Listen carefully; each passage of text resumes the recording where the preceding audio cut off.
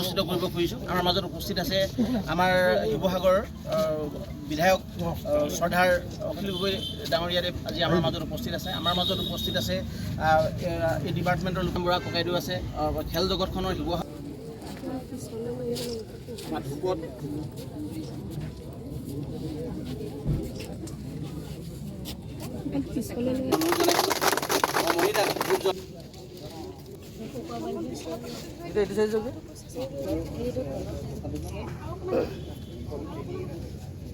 এই আনুষ্ঠানিক অনুকূলক্ষণ সকলোৱে এই কথাটো উপলব্ধি কৰিছে।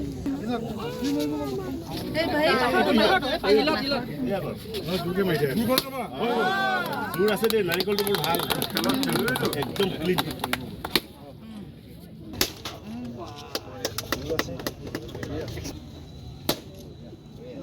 দেখাকেইটাহে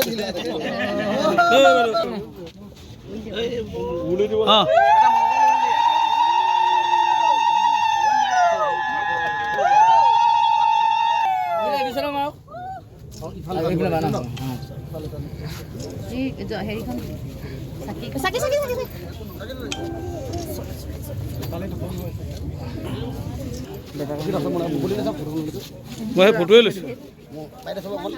নাহো দেই ৰ'ব। নমস্কাৰ দেই।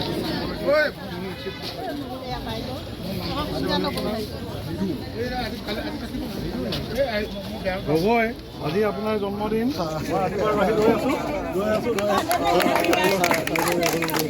আজি জন্মদিনৰ কাৰণে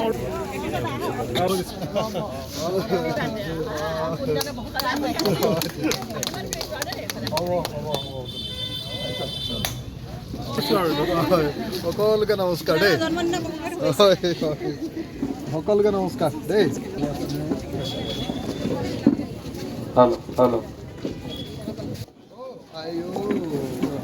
ইতিমধ্যে আমাৰ এই কাৰ্যসূচীৰ আমি শুভাৰম্ভ কৰিব খুজিছোঁ।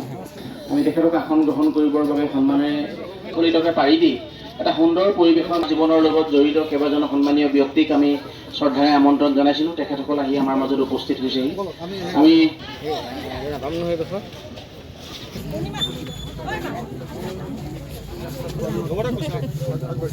ধৰণৰ যি কাৰ্যসূচী এই গৌৰৱ পথৰ আজি এই কাৰ্যসূচী আধাৰশিলা বা আটাইতকৈ ডাঙৰ কামটো লোৱা হৈছে ৰংঘৰ প্ৰকল্প 142 কোটি টকাৰ।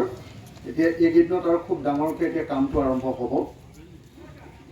তাৰ পাছৰ যিটো ডাঙৰ প্ৰকল্প ল'ব খোজা হৈছে সেই প্ৰকল্পটো তলাতল ঘৰ প্ৰকল্প। চৰকাৰৰ লগত আমাৰ যিখিনি কথা হৈছে সেই অনুসৰি অচিৰে ৰংঘৰ প্ৰকল্পৰ নিচিনাকৈ তলাতল ঘৰ প্ৰকল্পও হয়তো আমি ঘোষণা কৰিব পাৰিম। তলাতল ঘৰ প্ৰকল্পত অৱশ্যে খৰচটো তাতকৈ অলপ বেছি হ'ব। গতিকে এই দুটা মূল কাম কৰি ল'ব পাৰিলে শিৱসাগৰৰ টুৰিজিম ইণ্ডাষ্ট্ৰিটো বা শিৱসাগৰৰ হেৰিটেজ চাইটখিনিক আমি মূল যিখিনি কাম আছিলে সেই কামখিনি আমাৰ পূৰা হৈ যাব। তাৰ পাছত দ্বিতীয় যিটো কাম হ'ল আমাৰ পুখুৰীখিনিৰ গোটেই পাৰবিলাক সৌন্দৰ্যবৰ্ধন কৰা আৰু পুখুৰীখিনি যাতে অক্ষত অৱস্থাত থাকে যমুনা আৰু পুখুৰীখিনিৰ ব্যৱস্থা গ্ৰহণ কৰা। তাৰ ভিতৰত প্ৰথম আমি এই শিৱসাগৰ যিটো পুখুৰী বৰপুখুৰী পাৰ তাৰ কাৰণে প্ৰথমতে 10 কোটি 13 লাখ টকা দিছিলোঁ। 10 কোটি 13 লাখ টকা দিছিলোঁ, 10 কোটি 13 লাখ 63,000 টকা দিছিলোঁ। আৰু এতিয়া আকৌ দগুৱাৰ পৰা আমি নতুনকৈ আকৌ 10 কোটি টকা পালোঁ। সৰ্বমুঠ 20 কোটি 13 লাখ 63,000 টকাৰে এতিয়া আমি বৰপুখুৰীৰ গোটেই পাৰটো একেবাৰে আমাৰ দলমুখৰ পৰা এই গোটেই পাৰটো ধুনীয়াকৈ বনাব খুজিছোঁ, যাতে পৃথিৱীৰ যিকোনো এজন টুৰিষ্ট, ইণ্টাৰনেশ্যনেল টুৰিষ্ট আহিও কয় যে অসমীয়া মানুহে তেওঁলোকৰ সম্পত্তিখিনি, তেওঁলোকৰ পুৰাতাত্ত্বিক সমলখিনি খুব ধুনীয়াকৈ ৰাখিছে।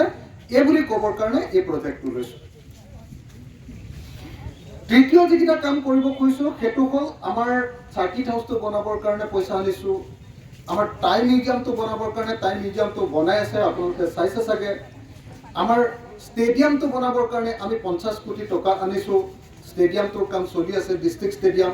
এইবাৰ গোটেই এই চৰকাৰৰ দিনত এতিয়ালৈকে 4টা ষ্টেডিয়ামে লৈছে, তাৰ ভিতৰত আমাৰ শিৱসাগৰটো আমি পেলালোঁ। তো গতিকে ডিষ্ট্ৰিক্ট ষ্টেডিয়ামটো আমি আনিলোঁ, যমুনাখনৰ কাৰণে 10 কোটি টকা এটা দিয়া হৈছে। এনেকৈ এই গোটেই কামখিনি আমি আমাৰ ঐতিহ্য ক্ষেত্ৰক লৈ এই কামখিনি কৰাৰ কাৰণে চেষ্টা কৰিছোঁ আৰু তাৰে অংশ হিচাপে এই কামখিনি কৰিছে।